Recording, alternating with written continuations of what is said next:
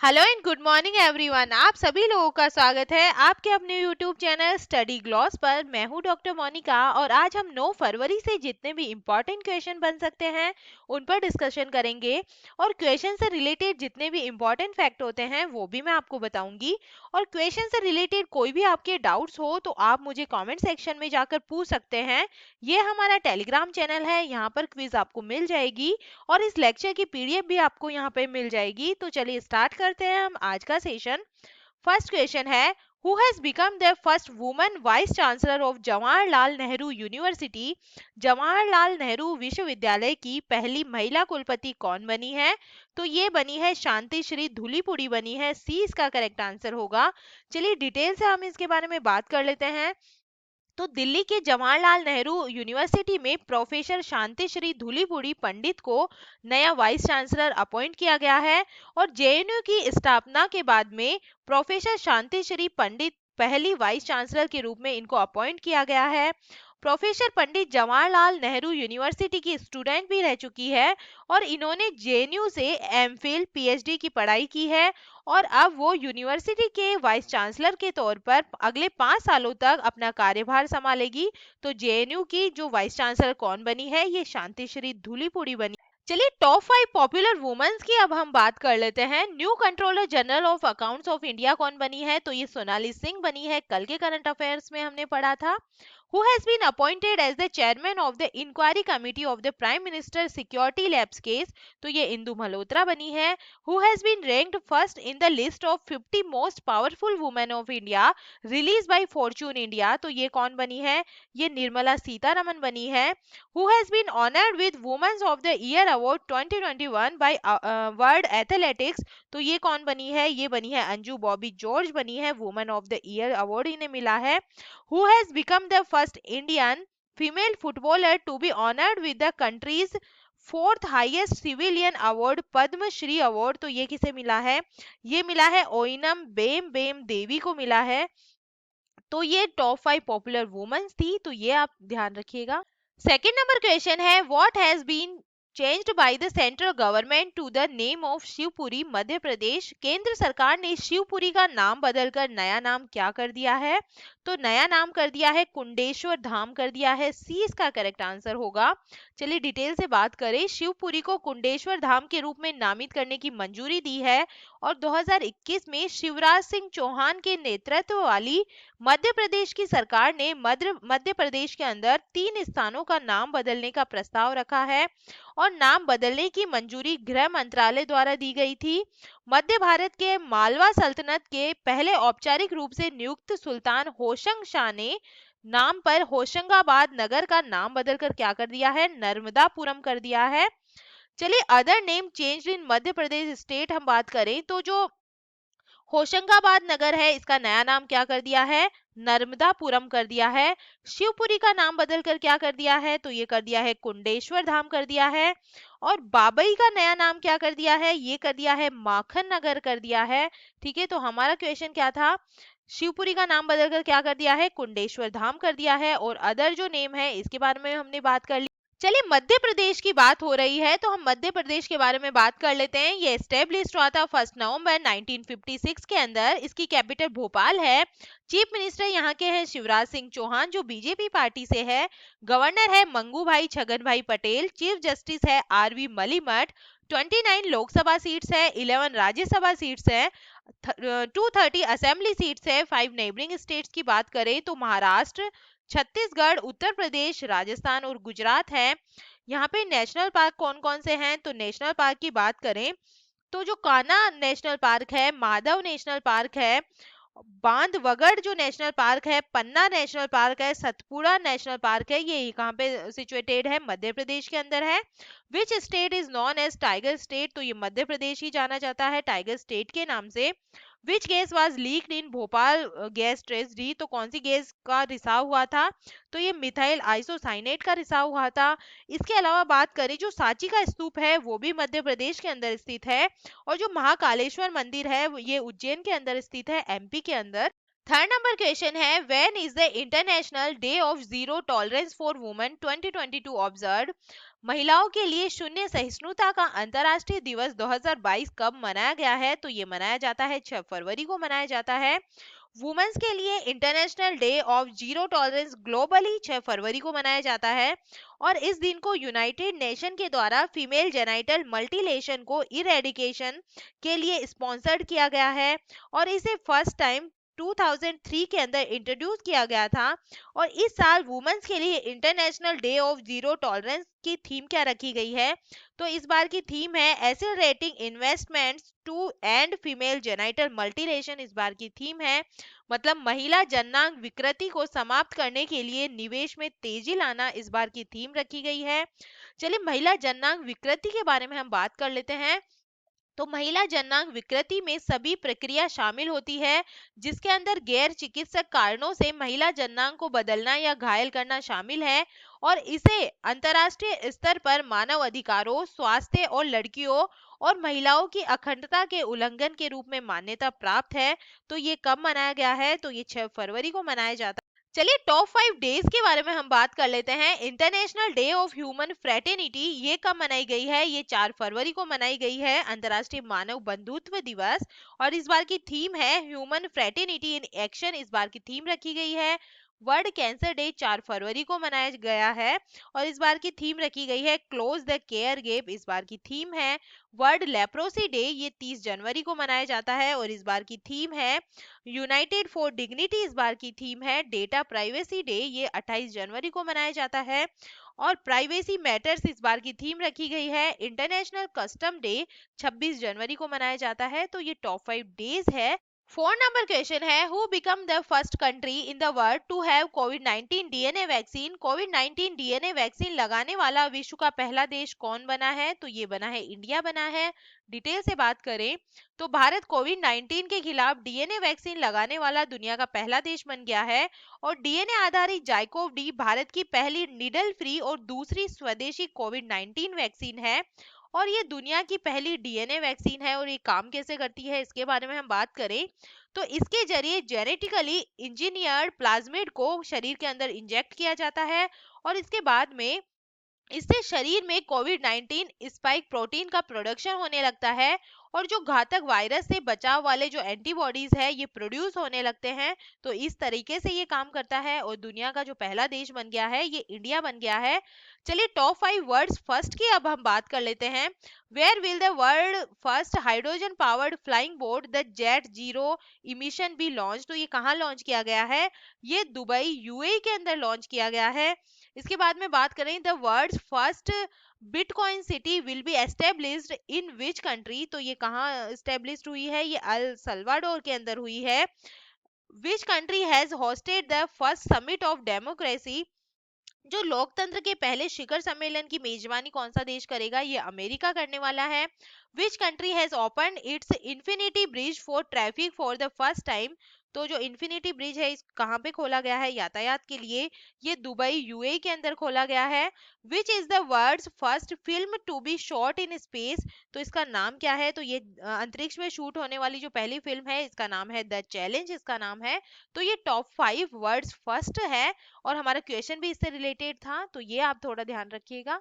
5 number question है which organisation has launched India's first AI based job platform Swarajability for person with disabilities. विकलांग व्यक्तियों के लिए भारत का पहला एआई आधारित जॉब प्लेटफॉर्म स्वराजेबिलिटी को किस संस्था ने लॉन्च किया है? तो ये लॉन्च किया गया है Indian Institute of Technology Hyderabad के द्वारा ये लॉन्च किया गया है। 20 का करेक्ट आंसर होगा। चलिए डिटेल से हम बात कर लेते हैं। तो इंडियन इंस्टीट्यूट ऑफ टेक्नोलॉजी ने स्वराजेबिलिटी का बीटा वर्जन को लॉन्च किया है जो आर्टिफिशियल इंटेलिजेंस द्वारा संचालित एक जॉब पोर्टल है जो डिसेबल लोगों को रिलीवेंट स्किल एक्वायर्ड करने और जॉब रिसर्च के लिए ये हेल्प करने वाला है। और ये जो प्लेटफॉर्म है ये जॉब चाहने वाले प्रोफाइल का एनालाइज करेगा और उन स्किल्स के लिए उन्हें सजेशन देगा जिनकी उन्हें एलिजिबल बनने की नीड होगी। और इस चैलेंज को संबोधित करने वाला एक प्लेटफॉर्म पॉपुलेशन के इस वीक सेक्शन की हेल्प करने वाला है। चलिए आप मुझे कमेंट सेक्शन में ये बताइए कि अभी किस आईआईटी ने पहला स्वदेशी मोटर चलित व्हील चेयर बनाया था जिसका नाम नियो बोल्ट रखा था। तो ये इसका आंसर आप मुझे कमेंट सेक्शन में दीजिएगा। और ये जो ऑर्गेनाइजेशन है ये Youth for Jobs, Visual Cast और कोटक महिंद्रा बैंक लिमिटेड के संयोग से ये मंच डेवलप किया गया है। और जबकि जो आईआईटी एच है एआई में अपनी विशेषज्ञता प्रदान करता है और विजुअल केस्ट इंडिया ने मंच को डेवलप किया है। यूथ फॉर जॉब्स नौकरी चाहने वालों को स्किलिंग जो सेवाएं हैं ये प्रदान करेगा। और इस परियोजना को कोटक महिंद्रा बैंक द्वारा वित्त पोषित किया गया है। और देश के अंदर 21 मिलियन विकलांग व्यक्ति है और इनके अंदर से जो 70% है ये या तो बेरोजगार है या फिर कम बेरोजगार है। तो ये जो प्लेटफॉर्म है ये किसके द्वारा डेवलप किया गया है? ये Indian Institute of Technology Hyderabad के द्वारा डेवलप किया गया है।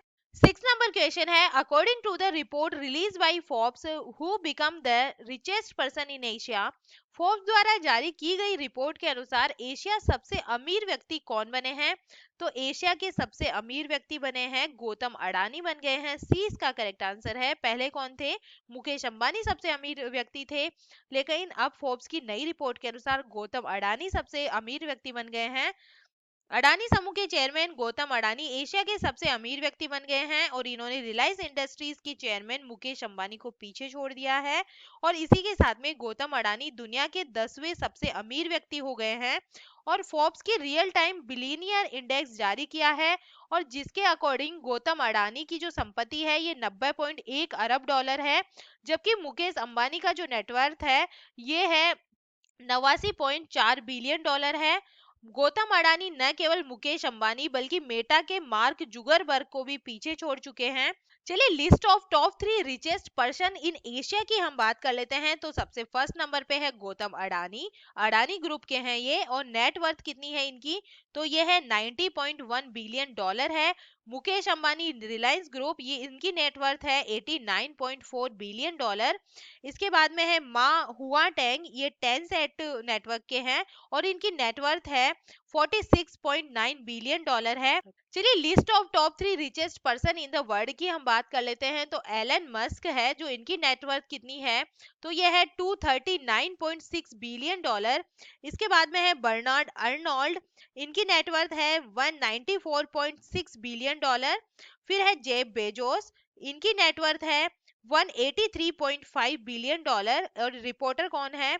तो ये जारी करता है जो फोर्ब्स की रियल टाइम बिलियनियर्स इंडेक्स है इसके द्वारा ये जारी किया जाता है। और इसका हेडक्वार्टर कहाँ है? ये न्यूयॉर्क यूनाइटेड स्टेट्स के अंदर है। तो एशिया के सबसे अमीर व्यक्ति कौन बन गए हैं हम? तो गौतम अडानी बन गए हैं।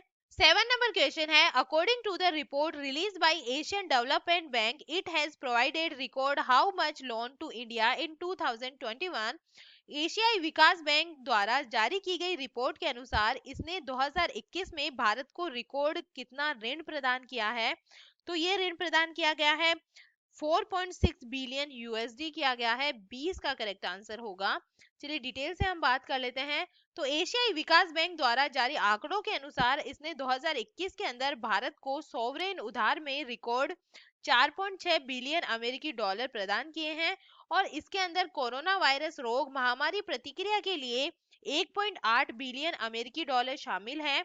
और भारत के लिए एडीपी का नियमित वित्त पोषण कार्यक्रम परिवहन, शहरी विकास, वित्त, कृषि और कौशल निर्माण का समर्थन करने के लिए बनाया गया था।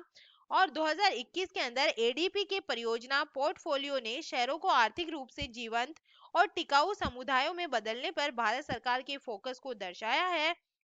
और एडीपी द्वारा 17 ऋणों के लिए 4.6 बिलियन अमेरिकी डॉलर की प्रतिबद्धता की गई थी, जिसके अंदर 1.8 बिलियन अमेरिकी डॉलर की कोविड-19 से संबंधित सहायता में वैक्सीन खरीद के लिए और 1.5 बिलियन अमेरिकी डॉलर और शहरी क्षेत्रों में प्राथमिक स्वास्थ्य देखभाल को मजबूत करने के लिए और 300 मिलियन अमेरिकी डॉलर और देश की भविष्य की महामारी की तैयारी शामिल है।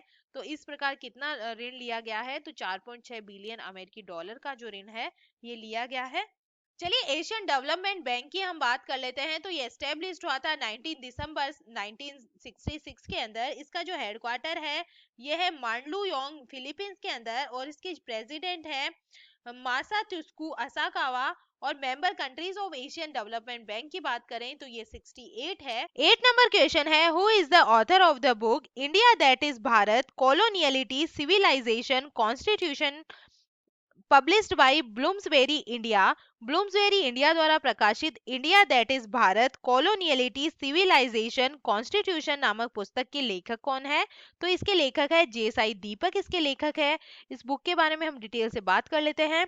तो जेसाई दीपक द्वारा लिखित और ब्लूमबेरी इंडिया द्वारा प्रकाशित India that is Bharat coloniality civilization constitution नामक एक नई पुस्तक की श्रृंखला है।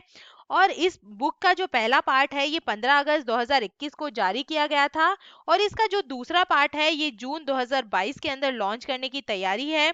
जबकि इसका जो तीसरा पार्ट होने वाला है और ये आखिरी पार्ट होगा, ये जून 2023 के अंदर रिलीज किया जाएगा। और इस बुक के अंदर क्या बताया गया है, तो इंडिया दैट इज भारत एक व्यापक त्रय की पहली पुस्तक यूरोपीय औपनिवेशिक चेतना के प्रभाव की पड़ताल करती है, और विशेष रूप से इसकी धार्मिक और नस्लीय जड़ें भारत और भारतीय सभ्यता और भारतीय संविधान की उत्पत्ति के उत्तराधिकारी राज्य के रूप के अंदर है। तो इस बुक को कौन किसने लिखा है, तो इस बुक को जेसाई दीपक के द्वारा लिखा गया है। टॉप 5 बुक्स की अदर हम टॉप 5 बुक्स की बात कर लेते हैं। तो your best day is today book, ये किसकी बुक है, ये अनुपम खेर की बुक है। आई एम नो मसीहा, ये जो बुक है ये सोनू सूद और मीना अय्यर की बुक है। ओह मिजोरम जो बुक है ये पीएस श्रीधरन पिल्लई की बुक है। और draft saving the Indian saver, ये बुक है उर्जित पटेल की। एन एरा ऑफ डार्कनेस जो बुक है ये शशि थरूर की बुक है। 9 नंबर क्वेश्चन है, who has become the new brand ambassador of footwear company Bata India. Footwear company Bata India की नई ब्रांड एम्बेसडर कौन बनी है, तो ये बनी है दिशा पटानी बनी है। और footwear company Bata India limited ने बॉलीवुड अदाकारा दिशा पटानी को ब्रांड का नया एम्बेसडर बनाया है। और पटानी बाटा की छत्र छाया में विभिन्न लोकप्रिय लेबलों का प्रचार करते नजर आएंगे। और ये कदम ऐसे समय में उठाया गया है जब बाटा का लक्ष्य युवा खरीदारों को आकर्षित करना है और खुद को फैशन फॉरवर्ड ब्रांड के रूप में स्थापित करना है। 10 नंबर क्वेश्चन है, CPEC is an economic corridor connecting the Xinjiang region of the China and the Gwadar port of which country. CPEC चीन के जिजियांग क्षेत्र और किस देश के ग्वादर बंदरगाह को जोड़ने वाला एक आर्थिक गलियारा है। तो ये जो बंदरगाह है ये पाकिस्तान का है, पाकिस्तान को जोड़ने वाला ये गलियारा है। और इसके बारे में हम डिटेल से बात कर लेते हैं। तो चीन पाकिस्तान आर्थिक गलियारा सीपीईसी चीन के उत्तर पश्चिमी जिजियांग उइगर स्वायत्त क्षेत्र और पाकिस्तान के पश्चिमी प्रांत बलूचिस्तान में ग्वादर बंदरगाह को जोड़ने वाली बुनियादी ढांचा परियोजनाओं का 3000 किलोमीटर लंबा मार्ग है। और पाकिस्तान ने हाल ही के अंदर चीन के साथ में 60 अरब अमेरिकी डॉलर के चीन पाकिस्तान आर्थिक गलियारे के दूसरे चरण को शुरू करने के लिए एक नए समझौते पर हस्ताक्षर किए हैं। तो ये किसके बीच में है, सीपीईसी जो है कॉरिडोर, ये चाइना पाकिस्तान इकोनॉमिक कॉरिडोर है, चीन और पाकिस्तान के बीच में है। चलिए 8 फरवरी से रिलेटेड जितने एमसीक्यू है ये हम जल्दी से रिवाइज कर लेते हैं। तो पहला क्वेश्चन है, भारत का पहला अन्य क्षेत्र आधारित संरक्षण उपाय किसे घोषित किया गया है। तो ये घोषित किया गया है अरावली बायोडाइवर्सिटी पार्क गुरुग्राम को घोषित किया गया है। डी सी इसका करेक्ट आंसर होगा। सेकेंड नंबर क्वेश्चन है, भूमिहीन मजदूरों के लिए राजीव गांधी ग्रामीण कृषि मजदूर न्याय योजना को किस राज्य में शुरू किया गया है। तो ये शुरू किया गया है छत्तीसगढ़ गवर्नमेंट के द्वारा ये शुरू किया गया है। थर्ड नंबर क्वेश्चन है, भारतीय एथलीट नीरज चोपड़ा की लघु जीवनी पर लिखी पुस्तक गोल्डन बॉय नीरज चोपड़ा के लेखक कौन है। तो इसके लेखक है नवदीप सिंह गिल, इसके लेखक है। ए इसका करेक्ट आंसर होगा। 4 नंबर क्वेश्चन है, राष्ट्रीय शैक्षिक अनुसंधान और प्रशिक्षण परिषद के नए निदेशक कौन बने हैं। एनसीईआरटी के नए जो डायरेक्टर है ये कौन बने हैं, ये बने हैं दिनेश प्रसाद सकलानी बने हैं। ए इसका करेक्ट आंसर होगा। 5 नंबर क्वेश्चन है, इंडिया प्रेस फ्रीडम रिपोर्ट 2021 की रिपोर्ट के अनुसार पत्रकारों पर सबसे ज्यादा हमले किस राज्य और केंद्र शासित प्रदेश के अंदर हुए हैं। तो ये हुए हैं जम्मू एंड कश्मीर के अंदर हुए हैं। 6 नंबर क्वेश्चन है, इंडिगो एयरलाइंस के नए प्रबंध निदेशक कौन बने हैं? तो ये बने हैं राहुल भाटिया बने हैं। सी इसका करेक्ट आंसर होगा। 7 नंबर क्वेश्चन है, 6 फरवरी 2022 को प्रसिद्ध गायिका लता मंगेशकर का 92 वर्ष की आयु में निधन हो गया है और इनको किस वर्ष भारत रत्न से सम्मानित किया गया था? तो इन्हें 2001 के अंदर भारत रत्न मिला था। 8 नंबर क्वेश्चन है, किस देश के साथ खेलकर भारतीय क्रिकेट टीम 1000 वनडे मैच खेलने वाली पहले विश्व की पहली टीम बन गई है? तो ये खेलेगी वेस्ट इंडीज के साथ में। सी इसका करेक्ट आंसर होगा। 9 नंबर क्वेश्चन है, हाल ही में किसने निवेश के लिए पहला इंटेलिजेंट मैसेंजर पेश किया है? तो ये पेश किया गया है पेटीएम मनी के द्वारा। 20 का करेक्ट आंसर होगा। 10 नंबर क्वेश्चन है, centre for monitoring Indian economic की रिपोर्ट के अनुसार जनवरी 2022 में भारत में बेरोजगारी दर कितनी दर्ज की गई है?